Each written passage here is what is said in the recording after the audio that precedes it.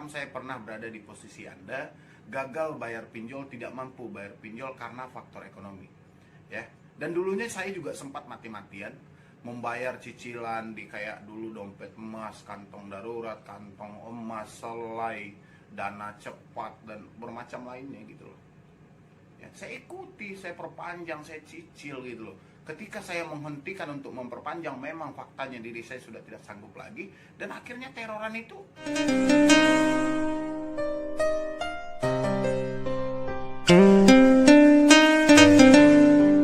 Assalamualaikum warahmatullahi wabarakatuh. Selamat siang ya, atau selamat sore ya buat teman-teman semuanya, khususnya yang selalu menantikan video terbaru atau updatean terbaru dari channel Solusi Hutang.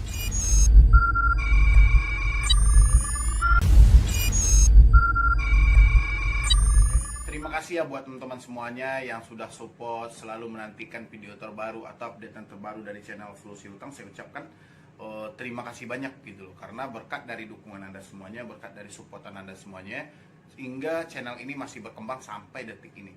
Jadi seperti judul video kita hari ini, yaitu selalu dapat ancaman dari DC pinjol akibat gagal bayar atau telat bayar. Ini gimana bang? Ini banyak banget ya. Jadi ancamannya itu bermacam-macam, mungkin ancaman ke penjara, ancaman ke perdata, ancaman mau diobrak-abrik rumahnya, pokoknya berbagai macam ancaman ketika kita telat bayar atau tidak mampu bayar di pinjol, itu ancaman itu akan berombongan masuk. Dan ini saya yakin ini akan mengganggu banget dari segi psikologisnya, atau secara psikisnya juga akan mengganggu banget, dan fisik Anda mungkin akan turun dan down banget sehingga stres dan panik memikirkan ancamannya seperti ini ya. Dan ini yang mau kita bahas hari ini, apa yang sebenarnya harusnya kita lakukan ketika kita berada di posisi yang seperti ini, kita diancam atau ditekan oleh debt collector pinjol gitu ya.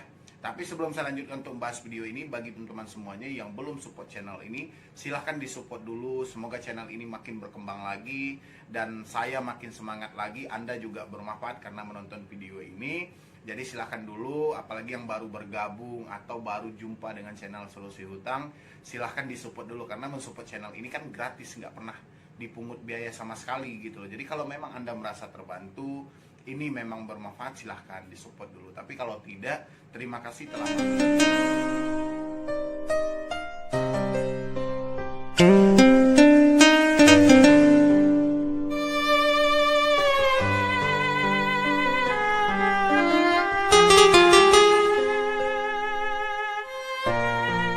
dapat ancaman dari DC pinjol. Mulai dari penyebaran data, mau dipenjarakan, mau diperdatakan, mau dikasuskan, dan berbagai macam lainnya yang akan dilakukan oleh debt collector pinjol terhadap diri kita. Apalagi kita yang telat bayar, sudah tidak mampu bayar, tidak sanggup bayar, duit sudah tidak ada, kita di PHK, biaya pengeluaran besar, pekerjaan, pokoknya bermacam lagi alasannya kenapa kita tidak mampu bayar, dan sesuai dengan fakta yang terjadi dari diri kita ya memang seperti itu gitu loh. Tapi di sini tingkat kepanikan, tingkat kesetresan ini sebenarnya yang mengganggu dari teman-teman itu. Ya, kenapa mengganggu? Setiap hari dia melihat HP-nya berdering, HP-nya berbunyi, HP-nya pokoknya tidak berhenti-hentinya gitu loh. Ada saja aktivitas yang ada di handphone itu. Ya, jadi ini membuat tingkat kepanikan sendiri, membuat orang stres sendiri, dan saya paham, saya pernah berada di posisi Anda, gagal bayar pinjol, tidak mampu bayar pinjol karena faktor ekonomi. Ya. Dan dulunya saya juga sempat mati-matian membayar cicilan di kayak dulu dompet emas, kantong darurat, kantong emas, selai, dana cepat, dan bermacam lainnya gitu loh. Ya, saya ikuti, saya perpanjang, saya cicil gitu loh. Ketika saya menghentikan untuk memperpanjang, memang faktanya diri saya sudah tidak sanggup lagi, dan akhirnya teroran itu banyak banget, minta ampun. Saya pernah merasakan berada di posisi Anda itu memang rumit dan sulit banget. Ya. Saya paham itu, kayak mana ancamannya, kayak mana desakannya, apalagi nanti siap-siap ya, keluarga Anda akan saya hubungi semuanya. Keluarga Anda akan saya penjarakan semuanya. Anda akan kami proses ke jalur hukum. Itu paniknya, nauzubillah. Saya pernah merasakan, saya pernah mengalami berada di posisi Anda. Apa yang sebenarnya saya lakukan di posisi itu? Memang saya tahu kalau saya juga tidak akan mampu lagi mencarikan uang dalam waktu dekat. Ya. Dan saat itu saya cuman bisa, ya mungkin saya Istighfar itu paling utama. Saya istighfar, saya mendekatkan diri sama Tuhan dalam hati. Dalam hati saya selalu berkata, ya Allah, ini kenapa kok cobaan ini kok berat banget gitu loh. Ya. Tapi saya terus melangkah, meskipun ancaman ini tidak henti-hentinya ke HP saya itu, saya terus saja saya mencari pekerjaan ini sampai ada waktunya 1 bulan itu berkurang gratis 100%. Ya. Dan waktu itu saya belum terpikir untuk membuat channel YouTube. 4 atau 5 bulan ke depan baru orang terdekat saya terjebak di pinjaman online. Paniknya juga seperti Anda. Ya. Paniknya juga seperti Anda, dia stres, dia panik, sampai akhirnya saya suruh hitung berapa total hutang, sampai dia jumlahin, memang panik. Dan disitulah saya berinisiatif, saya ingin membuka channel YouTube dan berbagi tentang Anda. Ya, dan saya berbagi sama Anda, dan saya yakin ini pasti banyak lagi korbannya. Dan saya bolak-balik beberapa artikel, ternyata memang pinjaman online tidak ada manfaat sama sekali, dan cara mereka menagih itu memang kurang ajar banget.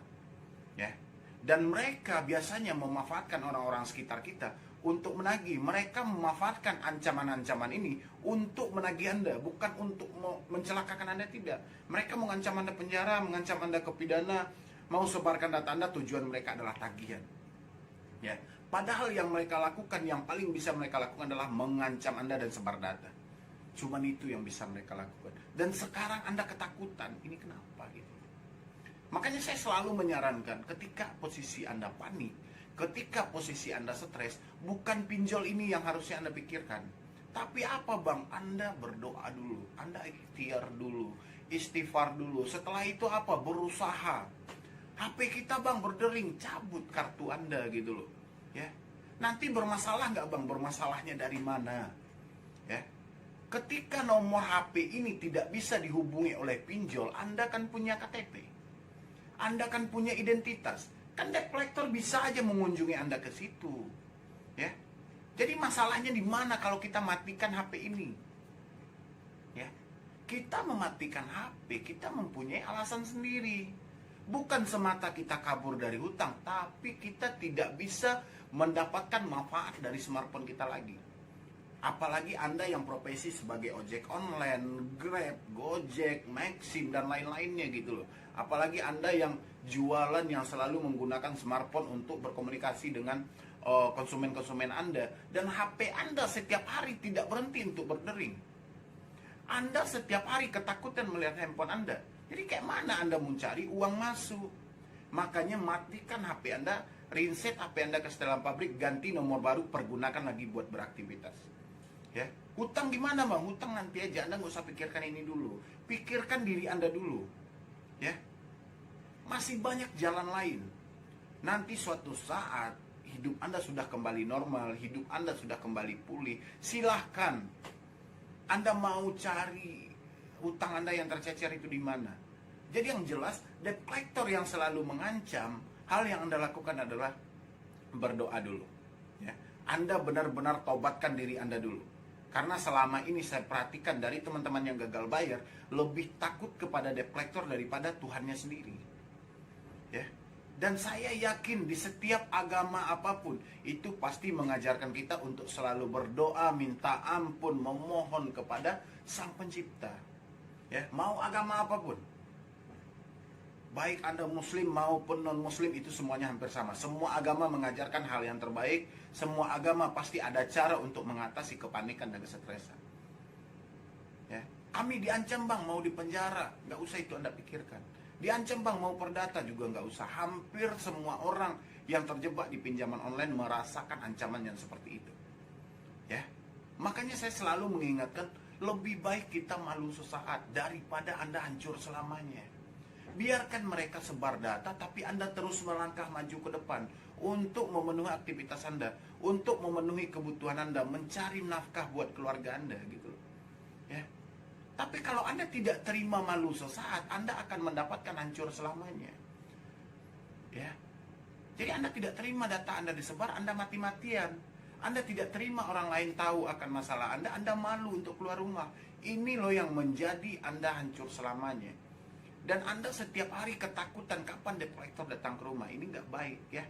Ini buat teman-teman semuanya, saya harapkan semoga dengan hadirnya channel Solusi Hutang itu bisa membangkitkan lagi semangat Anda, bisa memulihkan lagi pikiran Anda yang stres, yang panik, dan Anda bisa beraktivitas seperti semula lagi. Dan saya berharap semua dari teman-teman itu takutlah kepada Tuhanmu, jangan pernah takut kepada manusia, apalagi jenis debt collector ya, yang dipelihara oleh pinjaman online.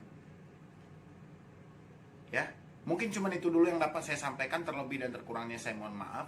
Nanti buat teman-teman semuanya yang mau konsultasi atau diskusi sama tim saya, silahkan di nomor yang ada di deskripsi. Dan Anda juga boleh follow Instagram saya @medibroni. Anda lihat di layar Anda ini, itu ada @medibroni. Anda follow di situ. Anda mau japri sama saya juga boleh, tapi dengan pertanyaan yang belum pernah saya bahas di pinjaman online. Ya. Jadi mungkin cuman segitu dulu dari saya. Nanti teman-teman support aja channel ini. Semoga channel ini makin berkembang. Pastinya saya selalu semangat memberikan solusi dan motivasi buat Anda semuanya. Karena ini adalah bagian dari hobi saya. Dan saya juga senang berbagi atau bertukar pikiran dengan Anda semuanya. Bukan berarti saya pintar, tapi mungkin dengan saya berbicara seperti ini atau memberi masukan bagi Anda, dan Anda bisa lebih memaksimalkan pikiran Anda di sana untuk apa yang Anda lakukan ke depannya. Ya. Dan ini kita bisa berdiskusi bersama, membuka pikiran untuk melangkah maju ke depan. Ya, jadi sekian dulu dari saya, Medi Broni.